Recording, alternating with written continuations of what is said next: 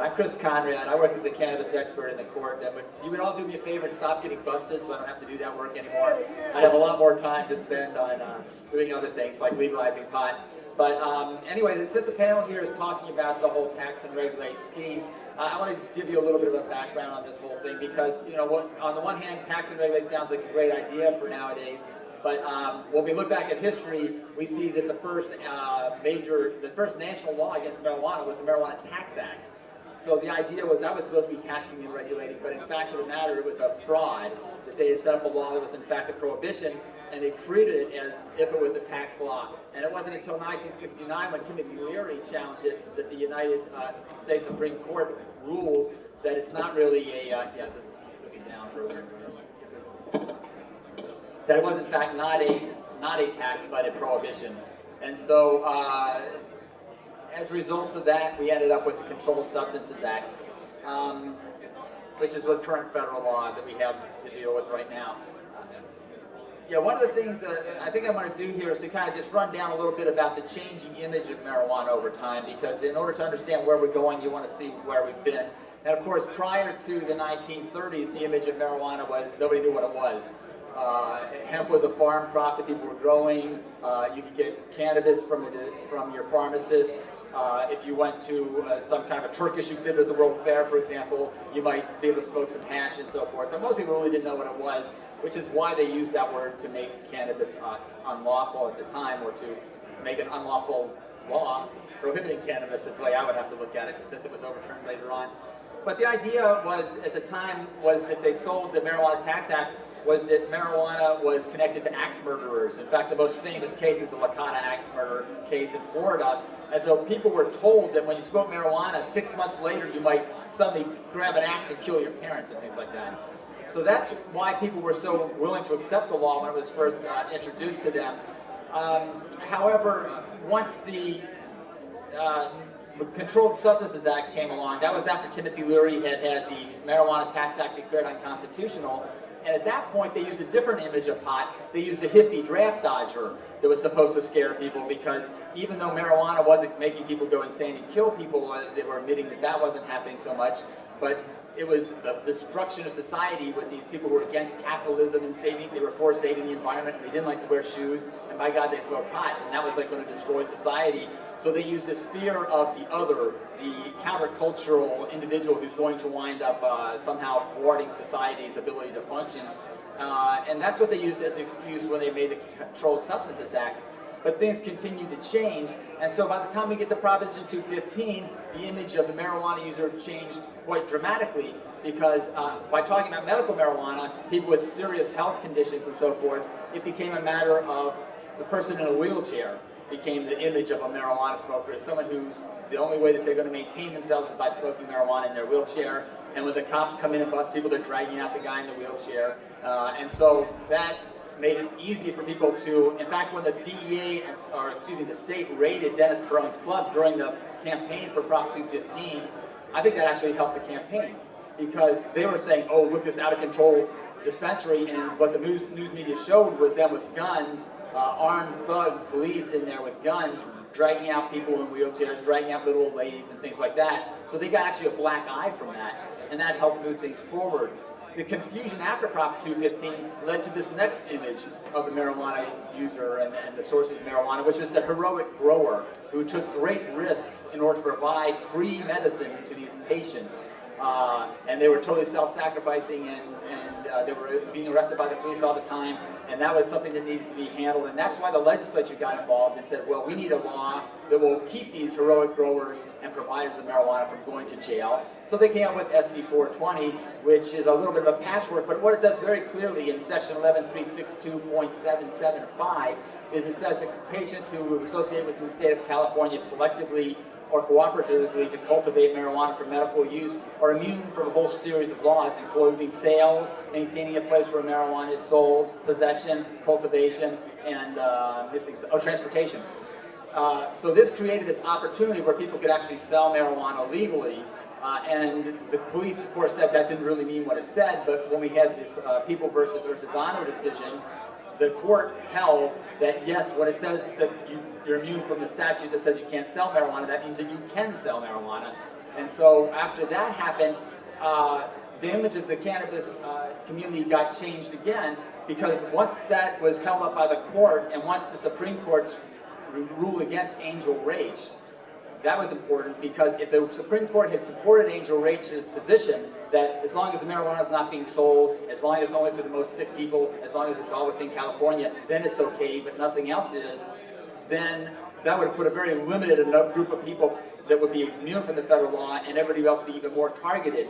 But what the Supreme Court held and said was, we don't care how sick you are, we don't care if it's only California, we don't care if you're giving money or not, we're going to allow the feds to go after you. And so a lot of people who thought, well, if I'm taking the same risk by carrying some pot in my pocket as I am by selling marijuana to a sick and dying person, well, I might as well sell some marijuana too. And we had this plethora of dispensaries opening up around the state that has happened since 2004. And of course, once that happened, that's when the Board of Equalization decided, well, this sounds interesting to us because there's a lot of tax money that could be generated. And this caused quite a lot of excitement within our movement, because people were saying, well, we don't pay taxes when we get our prescription drugs. Why should we pay tax when we buy marijuana, medical marijuana? And the answer is because marijuana is not a prescription drug. In California, it's an over-the-counter drug, like aspirin is. Now, if you go to the store and you buy aspirin, you have to pay tax. So when you go to the store and you buy a marijuana, well, you have to pay tax. Now, the difference is a bottle of aspirin is a couple dollars, and a bag of herb can be rather expensive. So the amount of taxes are significantly different. But nonetheless, that's the reason. And so if people want to stop paying taxes, what that would require is that we have to get the DEA to reschedule marijuana, doctors to start writing prescriptions, and pharmacies to be selling it to you. Then you will be out of the tax loop. Most of the people I know would prefer to just pay the taxes and avoid all that, because it's going to be somewhere between difficult and impossible to get the feds to change their policy anyway. But the problem was that after SB 420 got passed, that the image of the marijuana community started to change again. It became guys who were like making a lot of money selling pot, pretending it's medical when it's really not, and so forth and so on. And so we have a lot of court cases where the prosecution will say, well, yeah, the law says that a bona fide patient and a qualified patient and a verified caregiver can do these things together, but that's not what's going on here. This individual is pretending to be a patient, and they're pretending to be a collective, and they're really breaking the law. And so they continue to go after people with that image.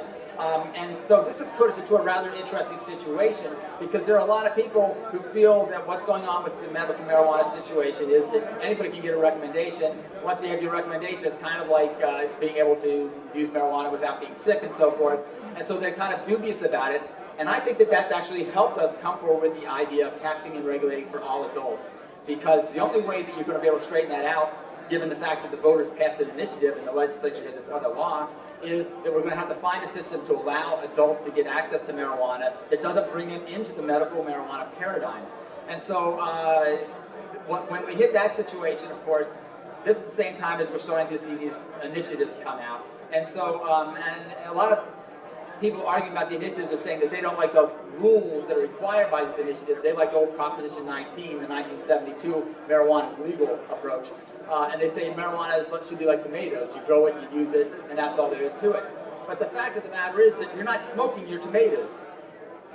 And if you need medical relief, a tomato's not going to do it for you. So it's not really like tomatoes. They don't have secondhand smoke. They don't have all these properties that cannabis has. And I'm telling people who say, well, it should be like tomatoes, is when you start smoking tomatoes instead of smoking pot, then we can make that argument. But as long as you're using it differently than a tomato, you have to look at it differently. And you have to look at it from the point of view that the society is looking at it, which is that they are not necessarily convinced that they want everybody to have as much marijuana as they can all the time with no rules. They want to have some kind of a system of controls. And so we've got the Amiano bill that's coming forth to the legislature. And we've also got these 4 initiatives that are out there, which I would like to just briefly summarize. The first one, in order of the way they were filed, was the tax and regulated, CCI was the first one. That one's the one that puts a $50 tax on marijuana sales, but it strikes down all the current laws and then allows the legislature to create another system. Well, the problem with that is, of course, is that from many people's point of view, is that it creates this window when there are no regulations, and society is a little afraid of that. I like it. You might like it, but we have to think of what the voters are going to vote for and how they're going to feel about that.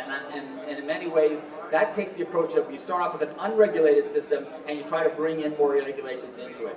Tax scenario like 2010 takes a different approach. It allows for just the 1 ounce and the 25 square feet and an affirmative defense for more than that, but it protects all your Proposition 215 and SB 420 rights, and you're going to hear more about this, so I'm not going to give you details about this whole thing. But basically, it starts up a very restrictive system, and it then allows the legislature to bring those restrictions down, with the concept being that society might be afraid of it, so we give them something in a very controlled environment, and then when they become used to seeing their neighbors using marijuana, seeing the local coffee shop selling marijuana, then you can approach them, your city council, and so forth, and get them to bring those restrictions down, and it will be a process of maybe 15, 20 years or whatever, as we slowly spread. Now that sounds like a long time, but you got to realize, Dale's here has been involved with this for 20 plus years. I've been involved with this for 20 plus years. 20 years, it goes by, whether you think it's going to or not. Then there's the California Hemp Initiative, or the Hemp and Health Initiative, also called the Jack Herer Initiative. That one takes a much broader approach than the others because it incorporates medical marijuana, industrial hemp, and adult use of marijuana all together, and it makes it rather similar to the wine model in that you can produce 200 gallons of wine for your own use and to share with your friends. Under the California Hemp Initiative, you can produce, is it 10 pounds or 12 pounds of marijuana to use for yourself or to share for your friends, which sounds good to me. I'm not sure how the average voter feels about that, though, and so, you know, we have to always remember that when you do these initiatives, part of the idea is getting it passed. And then the last one is the Common Sense Initiative, which simply tells the legislature that they have to change this whole thing. And there's some question of whether you can really tell the legislature to do things or not. Basically, the consensus is you can't. You have to tell them, well, here's the new law. You can't tell them, make a new law. And so even though the concept of that is kind of interesting, where the constitutionality is in question, and the other factor is, of course, that it takes money to win initiatives, and so far the only one that has a kind of serious financial backing that it takes to get on the ballot is the Tax and Regulate 2010 initiative. And so I'd like for everyone to give a big hand for Richard Lee because of what he has done in terms of working as a leader in Oakland, getting landmark activity like Measure Z and this most recent taxation initiative passed in Oakland, but he's also used the money that he's generated from his years as providing medical marijuana to people to put it into some serious legal and political changes. Many people were not doing that. I would say he's almost the only one who's doing it, and he's certainly the only one doing it to the extent that he did. Similar to what Dennis Perone did when he had his initiative that was launched out of his dispensary in San Francisco. And so we're kind of seeing a little repeat of history on that. And I think what people need to understand, though, is that when you listen to these four initiatives, you may have your own preference of which one you like, and you may have things you really don't like about certain of these initiatives. But what's ultimately going to happen is that one or two are going to end up on the ballot. And with the ones that are on the ballot, the one that gets the most votes, the parts that are in conflict with the other one, will be the ones that take effect. So the best bet for everybody right now is to try to get everything that you can to get on the ballot, and then vote for everything that's on there, and then let the voters have their say as to what actually ends up taking effect. Of course, we expect a lot of very strong and well-funded opposition to this, and so what we need to be talking about very soon is how do we make sure that once it's on the ballot, it actually gets passed. And this is what I have to say about that, is that whatever initiative gets on the ballot is the perfect initiative. It's written exactly right. There's nothing wrong with it, and everyone has to be behind it 100%, no matter what you thought about the day before it was put on the ballot. Because if we sit here, the only way, well, I shouldn't say the only way, but the main way that we can lose in the coming year is for us to fight and to snipe with one another and to bring this thing down. Proposition 215 had some serious flaws on it, but once we started collecting the signatures, we acted like it was perfect. And by God, look, we gained a lot from it. So we have to take that attitude. Electoral politics is different than sitting around, smoking a joint, and talking about what the world should really be like. It's about getting something passed and having something you can build and work from. So I do not want to hear divisiveness amongst people. You can argue about it now, you can say which one is your favorite, you can work for all of them, but once this gets on the ballot, you have to tell people to vote for the change, because if we get it on the ballot and it loses, that could be a very serious setback to us, and nobody wants to see that happen.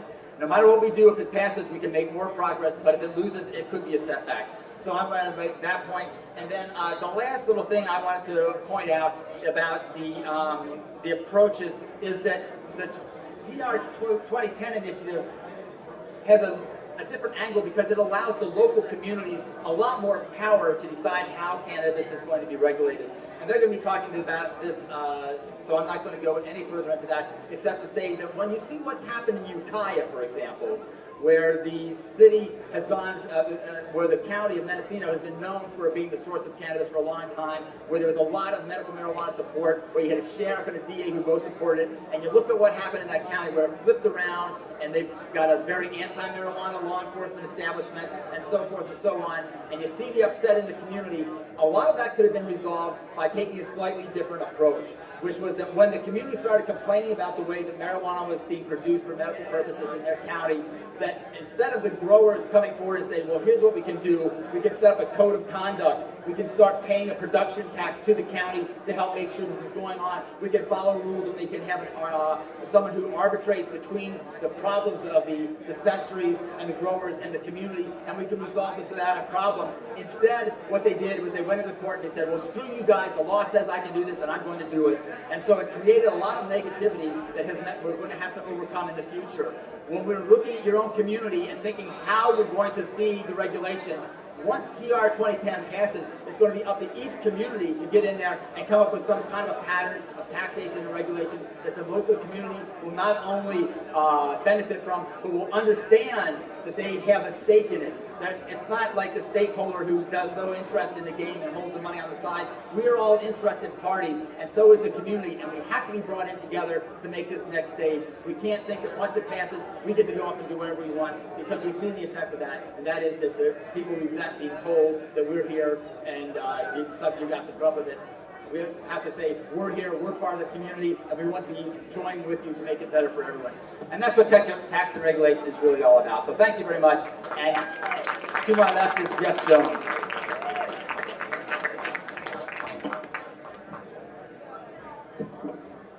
Okay.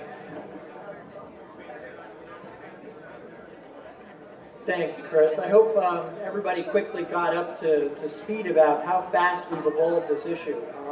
I have not been involved as long as Chris Conrad and Dale Garinger. I got involved in 1994 by getting active with Cannabis Action Network in Berkeley, California, by moving out from South Dakota after my dad passed away from cancer when I was 14. I quickly got involved with the medical cannabis community because I saw, like Chris explained, a way of carving out a new niche that was acceptable and mainstreaming something that was being stigmatized by its general nature. And I think that we've moved a mountain in the last 13 to 14 years since Proposition 215 passed. We've mainstreamed something that was underground, and it's now over the counter. And I think the important thing that we have, with me being involved in this Tax Cannabis 2010 measure, I'm actually one of the co-proponents of the Tax Cannabis 2010 measure itself. And the reason why I got involved is I went to the U.S. Supreme Court and back with medical cannabis sales. And I felt that they got away with calling me a common drug dealer. No better than somebody selling cannabis out on the street corner. When I had a meticulous screening system, I had a very well-run facility that had no smoking and was endorsed by my local city government and was, at the time, the model to really make yourself after. And they pretty much trashed it. They didn't like it, they didn't want anything to do with it, so we have to push farther than what their expectations are. We have to not accept what they're saying our future is and make our own future. And understand that the fears that some of the growers have in these woods, as I say, in their caves inside and in their fields outside, is they have to come in out of those caves and out of those fields and become mainstream. And to feel that we can't give them real jobs, meaning that they can put real money in their bank accounts and buy real cars and be legitimate, is to not understand what we did with medical cannabis. 15 years ago, you couldn't run a medical cannabis facility and not get attacked by the federal government. Now you can. Now you have regulations in city governments that have lasted 4 to 5 years without having a single federal DEA intervention to them, because they're running correctly and the locals are asking the feds to butt out. And that's, I think, what we have to learn here, is we have to take an investment in what's happening locally with our future and not let somebody else make the decisions for us. So that's why we're putting forward a measure that allows the government to have some control in this, because without doing that, we're not going to get this moved forward. I was given some very important advice from an expatriate that moved to Holland in the 70s and then out of Holland in the late 90s. And he said that the reason why tolerance came to Holland was the people involved in the cannabis community started paying into the system through taxes and permit fees to the extent that the police and the system felt that they were taking out. And when it became an even keel, the government started listening to the cannabis consumers, the cannabis businesses, and started regulating them and giving them permits to dispense. And that's how soft drugs came to Holland. And we are in that same modal right now with medical cannabis, locally in some communities, such as here in Santa Rosa and Sebastopol and other parts of California. And we can make that step forward with adult use. To say that it can't happen is to ignore the last 15 years of our history of medical cannabis, starting out with Dennis's San Francisco experiment and branching out now to almost every major urban community in the state has some form of a collective that helps patients get access to it. Now, it's very disappointing that this last week's legalization hearings, they still haven't figured out how to ensure that patients have a safe and affordable access to medical cannabis. Wasn't that the intent of Prop 215 when we voted for it? That the state and the federal government would do something? Well, they've done absolutely nothing short of SB 420. And that, to me, is not clearly enough to make sure that patients are being looked after. And part of the reason why I got involved with this adult tax measure is to lessen the targets for those that are legally currently medical patients. Is that if everybody in this room right now that's over the age of 21 can legally possess an ounce of marijuana, does that make those medical patients that can possess 8 ounces less of a target to the law enforcement officer that just walked through? Completely. There are almost no targets in the room. And that's what we want to do, is level the playing field to lessen the targets that we created. It was an unknown consequence when we passed Prop 215 that the police would not back off medical patients that had their rights under the law. We felt that they would do something at least to back away from those that were legally operating. Just being a medical patient and growing in their home. We still have arrests and convictions in this state for simply doing what your doctor says is right. And we need to end that. And it's up to us to take the step forward and make sure that we're not accepting the path that the government has offered us. As you know, it's been almost 100 years and we've had illegal cannabis in this state. And we need to change that. And I think we need to lead the nation out of this current problem. It's a ball and chain that the government has put on this plant. And we need to remove it. This plant has done nothing to us to harm us. But the government is afraid of it because it's helped us all see that there's another path. And I think that's what we have to communally move forward on. And if we have 1 or 2 ballot measures that are pending next year, we have to vote for them. If we have the Tom Amiano bill that's currently getting through the Public Safety and the Health Committee and the Assembly up for the governor's desk, we have to go out and lobby for it. We have to do the same thing when it gets to the Senate. We have to accept that they are not going to give us a favor, and we have been asking for a favor. Legalize marijuana. Why would they want to do that, as these last 2 presenters said? They've got nothing involved in it except for letting us loose in what they consider a free-for-all. If we don't operate with some controls and some regulation and some mature debate, we are not going to get what we need to move this forward. And that's the simple, short side of it. If we move forward something that is clear and concise and that the other side can understand, they'll vote for it. The more people that I've talked to outside of our community and showed the current text of our initiative, which does do some restrictions around use around underage of 21 or around trying to employ somebody that's under the age of 21 to sell or to grow cannabis, most of the people on the other side go, finally, some sanity in your argument. Finally, you're trying to do something to protect the kids, because they believe what we're doing in here is indoctrinating kids into a lifetime of drug use and abuse. We know that that's wrong, but they don't, and we need to separate that out so that they can see that we're not trying to indoctrinate their kids into something that they don't believe in. Once we get that to them, I think they're going to let us be. Because remember, the police officers that have been in and out of this facility today are not our enemies. They're here to protect and serve. And if we don't have a reason for them to come after us, they're our friends. We need to change the law, change their manpower and resource list and priorities, and make them do what we want them to do again.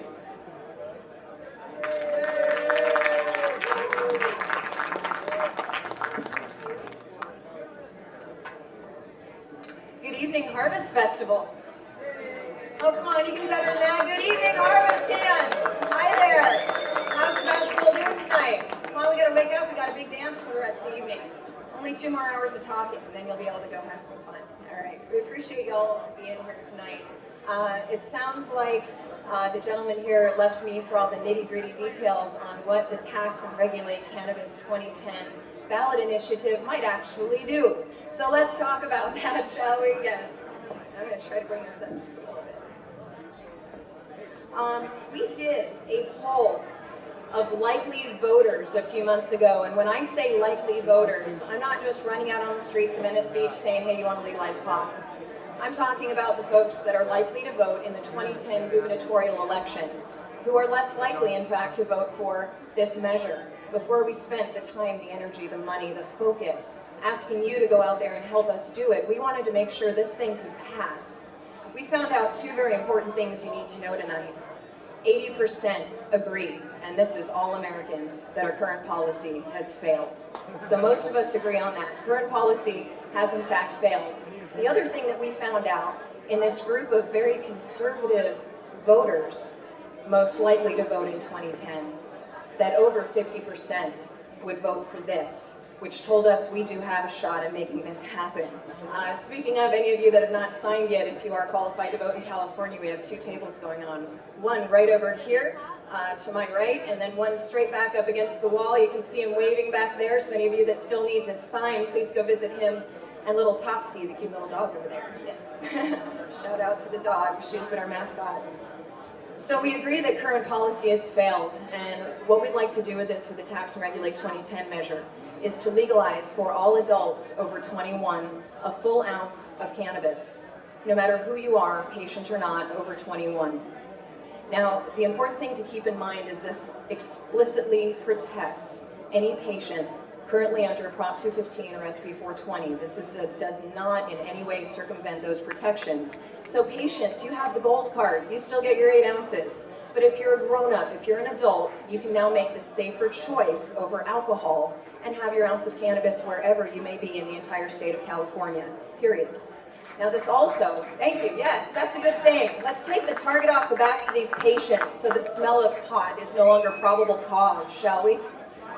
So the second thing that it's going to do for any adult over 21 is be able to grow a small amount for personal cultivation. We're trying to keep this mom and pop. We don't want the cigarette and the tobacco companies and the alcohol companies just swooping in and taking it away and charging you more. This is so you can grow your own in your closet. Now it's important as we talk about the compromise with concerned parents that you're going to come in and turn your whole house next door into a big grow operation and then burn them down.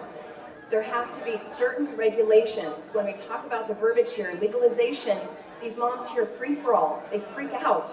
We're not going to legalize without strict controls. So if we talk about this and talking about regulation and controlling cannabis, it's easier to have the conversation with those that are concerned about these things. So you can have 25 square feet as an adult to grow your own. Now whatever you have grown in your 5x5, you have an affirmative defense in any court of law. So it still sets up an affirmative defense for way more than your ounce at home. This is so what you do in the privacy of your home is now your business. This will also set up, as he mentioned earlier, it's so vital, and I must say the secret to the success of both Richard Lee and Mr. Jeff Jones, because I must say they've both been quite successful, is their tendency to be focused on the policy making. And it's up to us to continue to take that responsibility on a local level with our cities and counties to determine new best practices to regulate adult sales. This sets that up. So each city, each county has an opportunity to opt in to regulating adult sales. It also gives opportunities for cities like Los Angeles, whose city attorney believes that sales simply aren't legal under current California law, Long Beach. In fact, there's an awful lot of towns down south that don't think we've passed Prop 215 yet. This gives them a law to point to say, yes, I can regulate sales. Even if they don't touch adult sales, this gives them the law to regulate sales for patients. They can choose how to tax, if tax, and then regulate simple sales to patients, which right now is in flux, as you know, down in the southern environments. They're trying to shut down every dispensary. So this voter initiative would give that opportunity. More importantly, the federal government now has a state law they can point to and say, look, they are operating legally under California state law based on the local regulations, and the feds can back off under their own, exactly. The important thing to remember right now is even though the current policy has shifted, that it's only policy that shifted, it's still nothing but a memo. So this would indoctrinate those rules in law and allow it to be adjudicated from there. It's really up to us on a local level. The next step that this does is set up the opportunity for commercial cultivation. So cities like Oakland can actually set up grow operations and get permitted and tax it and have it exist safe from federal interference. So we have those opportunities within each state. Oakland already passed Measure F to tax any cannabis-related activity. So they're already set up to tax adult sales, adult commercial cultivation. However they want to take it, they can take it. I think Oakland's definitely going to lead it. There's, I believe, 7 localities that have already passed similar measures that are ready and willing to take a look at local regulation for adult sales and commercial cultivation. And we can't forget hemp. Currently, the only way that our manufacturers can work with hemp is to import it. And the fact that our farmers can't grow it is a travesty. This will set up the opportunity for local governments and cities to set up cultivation for hemp as well. We just finally got the first hemp license given out in Montana, and California can do that too. Those farmers in Fresno have that opportunity to grow this very important cash crop. Anything that you guys want to add about the local? I would invite any of you to go to taxcannabis.org to find out more information. We've had a lot of amazing individuals talk about endorsing the tax and regulate idea. And it's not just the initiative that Oaksterdam University, Richard Lee, and Jeff Jones are putting forth. It's also the bill with Tom Amiano, which I'm quite excited to say they're looking at changing the verbiage, from what I understand, to perhaps reflect that we don't have to wait for federal law to change. They're looking at maybe just going ahead and trying to drive through this effort without waiting for the federal law. Yep. Any questions? Yeah, the question was whether the regulations on hemp could be such as to prevent pollination of more marijuana. I would have to say that, first off, the local regulations can be designed however they want, pretty much according to Tax and Regulate 2010. If the hemp initiative passes, that doesn't have anything like that. It just allows hemp farming. So in that case, the communities could not do that kind of regulating. I would say that, however, if you look at Holland, they have good marijuana and they have good hemp both growing there. So these are not as incompatible as you would think, because basically you're trying to grow without seed. So if you've got somebody down the road who's growing 50 acres of hemp, that probably means you shouldn't grow your medical marijuana right there, or the marijuana quality stuff. So we will have an idea. And also, one of the things, the advantage of having a regulated system where people get some kind of permit to grow hemp, as opposed to everybody can grow hemp, which I prefer actually everybody just being able to. But one of the advantages of having a regulated system is that would give you the opportunity as a medical cannabis patient or whatever to go and find out where hemp is being grown around you, and then you can work it out with the farmers or keep an eye on wind and things like that that could affect your grow, because there will be a record at the local municipality keeping track of that. So that's my initial impression. Jen? The last hemp bill that they introduced that was vetoed by Schwarzenegger chose 5 counties up north to try to grow it in experimentally.